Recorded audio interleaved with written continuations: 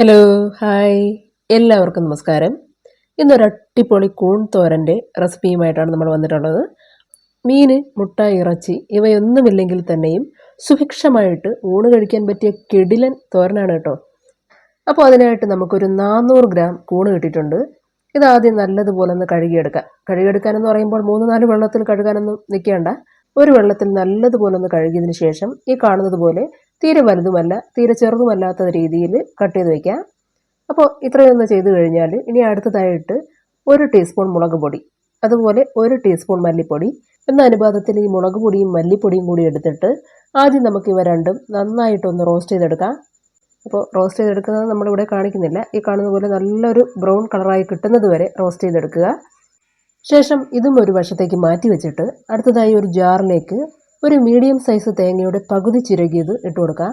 ഒപ്പം തന്നെ നമ്മൾ നേരത്തെ വറുത്ത് മാറ്റി വെച്ച മുളക് പൊടിയും മല്ലിപ്പൊടിയും 1/4 ടീസ്പൂണിൽ താഴെ മഞ്ഞൾപ്പൊടി എന്നിവയും കൂടി ഇട്ട് നമുക്കിതൊരു ജസ്റ്റ് ഒരു തോരൻ പരുവത്തിന് അരച്ചെടുക്കാം. തീരെ തരികളില്ലാതെ ആയി പോകരുത് കേട്ടോ. ഒരല്പം തരികളോടുകൂടി തന്നെ നമുക്കിത് അരച്ചെടുക്കേണ്ടതായിട്ടുണ്ട്.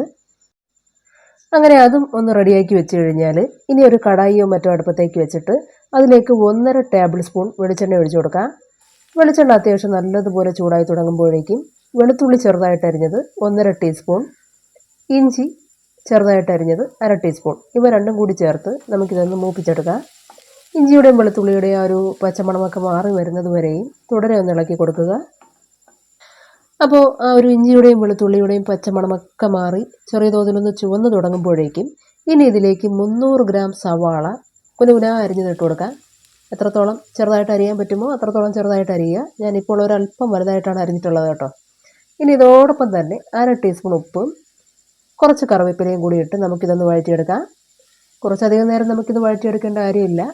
സവാള അത്യാവശ്യം നല്ലതുപോലെ ഒന്ന് വഴണ്ട് ചെറിയൊരു ഗോൾഡൻ കളറായി കിട്ടുന്നത് വരെ മാത്രം വഴറ്റിയെടുക്കുക. അപ്പോൾ ആ ഒരു സവാളയും അത്യാവശ്യം ഒരു ഗോൾഡൻ കളറായി തുടങ്ങിയിട്ടുണ്ട്. ഇനി ഇതിലേക്ക് നമുക്ക് നേരത്തെ കട്ട് ചെയ്ത് വെച്ച ഒരു കൂൺ മുഴുവനായും ഇട്ട് കൊടുക്കാം.